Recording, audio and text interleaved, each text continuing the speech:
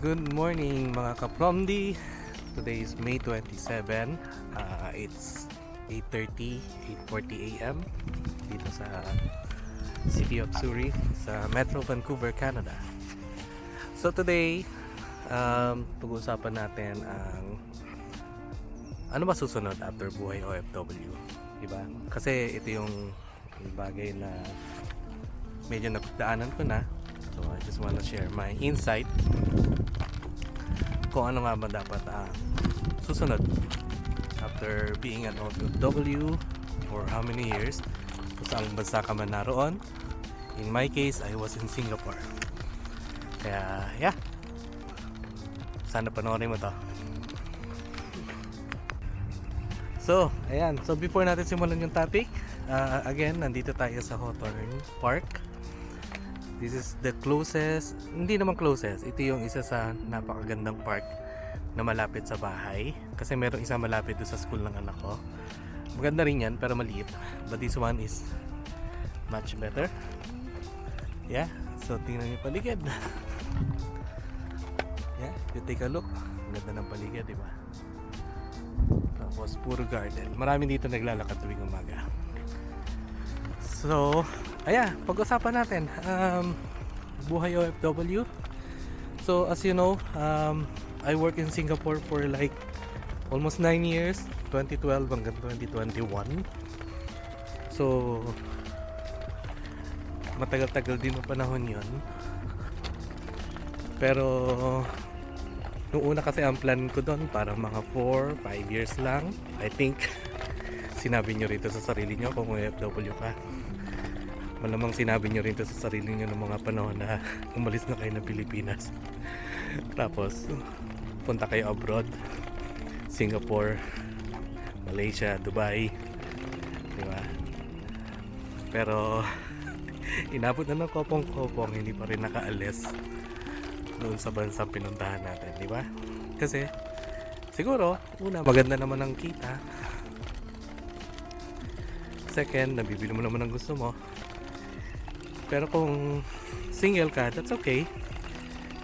Diba? Medyo magtatagal ka talaga doon. But if you have family, minsan kasi yung pagkakaroon ng family, yan ang yan ang nagbibigay sa iyo ng motivation. Yan yung parang magbibigay uli sa iyo ng tanong sa sarili mo, hanggang kailan ka ba dito sa abroad? Diba? So talagang minsan depende sa stages ng buhay natin, diba? So in my case, gaya nun, as I said, 2012 nagpunta ako lang Singapore. Pero after nun, nabot na pa ng yung sinabi ko 4-5 years ako doon. Hindi rin naman nangyari, diba? Kasi nga minsan ang trabaho natin, medyo nasanay na tayo sa trabaho natin, kaya parang nagkakaroon na tayo ng yung natatakot na tayo mag-try ng iba. Minsan mahirap iwan yung trabaho na nagbibigay sa atin ng more than enough or enough money to sustain your lifestyle and give to your family. And syempre, pag sumubok ka na mag-abroad, sumubok uli na pumunta sa ibang bansa, medyo nahihirapan tayo. Pero just to answer, ano nga ba ang next after being an OFW? Marami siguro sa atin talaga nagtagal na sa abroad. Pero those na nagkaroon ng pamilya, instead of going back to Philippines, marami pa rin ang naghanap naman ng ibang bansa kung saan sila pwede mamuhay, magkakasama. Kasi let's say single ka nun, di ba? Punta ka ng Singapore, wala ka naman pamilya, yung parents mo lang, di ba? Yun lang ang sinusupport mo. Pero nagkaroon ka sa sarili mong family, ibang usapan na. So in my case, nung nagkaroon ako ng pamilya, ah, yung wife ko, iniisipan niya na magpunta kami ng Canada dito. And then, it was her idea actually. Even yung Singapore, it was her idea. It's not really my idea. But for me, nung sa Singapore, bata pa ako, yeah, why not? So, sinubukan ko. Nakarinig pa nga ako dati ng discouragement sa dati kong boss sa Pilipinas bago ako ng Singapore.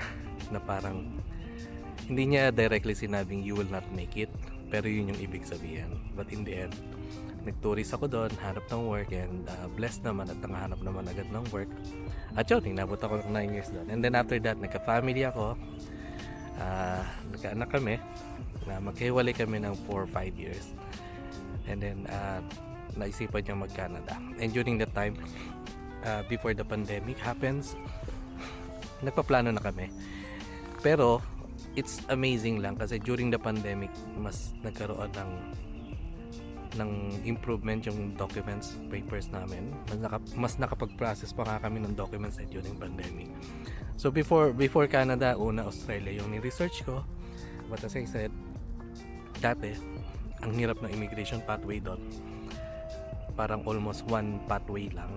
Dito, maraming options. So, pupunta kami ng Canada, and the difference is, hindi na kami OFW. We became permanent resident after more than a year.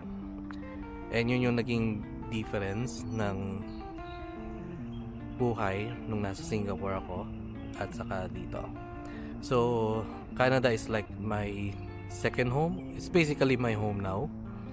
Dahil nga nandito na yung kabuhayan namin, nandito na yung bahay namin. Kaya naman, ito na yung home namin. But syempre, yung Pilipinas, yung pa rin ang aming home country kung tutuusan, di ba? And umuwi pa rin naman kami to visit the relatives, families, parents. Kaya ayun. Pero siguro ikaw, kung OFW ka, single ka man or may family, I just want to encourage you na tanungin mo rin to sa sarili mo. What is next after being an OFW? Diba? Dahil hindi naman tayo forever abroad. Yes, na-sustain natin ang buhay, ang pamilya natin, yung mga expenses ng family natin. Pero what is next for you, diba? Baka mamaya kasi pumunta ka ng abroad nung 22, 23 years old ka pa lang, pero uuwi ka, retire ka na. So you almost spent your whole life dyan sa bansa na pinag-workan mo. I mean, I'm not blaming you. Magkakaiba tayo ng situation. Pero siguro if you can do something, of course, sa situation mo, then do it. Just like what we did. Dahil nga mahirap mamuhay sa abroad, masarap mamuhay sa Pilipinas, pero kung marami kang pera, di ba? At saka kung nakikita mo yung improvement sa home country natin, why not? Di ba? But so far, I think that's the biggest discouragement for most OFWs working abroad. Hindi natin makita yung talagang magandang improvements sa ating bansang sinilangan. Kaya we tend to look for another country na maraming benefits, kung saan yung taxes mo may napupuntahan, yung ramdam mo yung mga pinabayad mo sa gobyerno, di ba? And yun yung isa sa mga bagay na na-enjoy namin dito sa Canada, kasi bumabalik yung taxes sa amin. Like, meron nakukuha yung mga bata na financial support from the government every month, and yung nakukuha namin na yun, ang ginagawa namin, sinasave namin para sa college ng anak namin. Hindi na namin ginagalaw yun, kasi yung kinikita namin as a couple, okay naman, kasya naman. So yeah, mahirap gumawa ng next move if hindi mo siya aaralin at paplanuhin mabuti. In our case, before Canada, nag-Australia. I did a lot of research sa Australia. But with our skills, I don't think that's the right country for us. So, pinurso namin ang Canada dahil nakita ko nga na yung skills na meron kami, work experience na meron kami, would somehow translate into permanent residency. Kasi during that time, inaral na namin yung pathway namin dito. Iba yung immigration iba yung immigration noon 2-3 years ago than now. Mas strict ngayon. But if you're someone na still trying to pursue immigrating to another country, from Philippines or kung nasaan ka pang bansa ngayon, going to Canada let's say, or pwede din naman Australia, it's really up to you, or New Zealand, I recommend na aralin nyo yung immigration pathway. Wag nyong iaasa sa agency lahat. Talagang agency will be a big help, pero I suggest na kahit may agency kayo na processing your documents, wag nyo lahat iasa sa kanila. You have to do your own research. You have to find the right pathway for you, kasi ikaw pa rin ang mas nakakaalam ng talagang situation mo. Yes, binabayaran mo ang agency, but remember, it's still your future. Dahil hindi lang naman ikaw ang kliyente ng agency. Di ba? I'm not saying na yung mga agencies not really helpful. They really are helpful. They can assess your situation professionally, but you know more about your present situation. Kaya if you will engage agency, make sure na ikaw din ay gagalaw, hindi yung bayad kayo lang ng bayad sa kanila. Diba? Dahil minsan pag walang nangyari sa pagbabayad mo sa agency, baka masisi mo pa sila kasi mali ang assessment nila sa'yo. But if you will do a simultaneous research together with your agency, and then malalaman mo kung they are directing you to the right path, kung makakapag-immigrate ka ba from wherever country you are in right now or hindi, di ba? Kasi ang immigrations, it all depends on the needs of the country na pupuntahan mo, na gusto mong puntahan. It also depends on the skills na meron ka, so kailangan mong i-align yung skills at experience mo doon sa kailangan ng bansang gusto mong puntahan. Some of OFWs naman uuwi ng Pilipinas because they nakapag-establish na sila ng business. Well, kung gano'n na naging outcome ng pag-work nila abroad, why not? Di ba? Dahil yun naman talagang objective eh. Di ba? After mo mag-work for how many years, syempre gusto mo ng sariling flow of income, sariling negosyo, whether sa Philippines o ibang bansa. It's really up to you. But as I said, I need you to ask this question to yourself. If you're OFW, hanggang kailan ka magiging OFW, and what's next after being an OFW?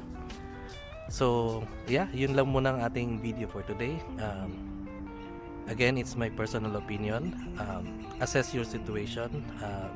Ikaw ang mas nakakaalam ng kalagayan mo sa buhay. Ikaw ang magdidirect ng sarili mong kwento, kumaga, sa isang movie. Ayun, prayers lang, maniwala lang kay Lord. Believe that the Lord has good plans for you. So yun lang po ang ating pag-uusapan today. Kung di pa kita subscriber, please subscribe to my YouTube channel, at i-follow mo na rin ang aking Facebook page. Thank you so much and God bless. Bye!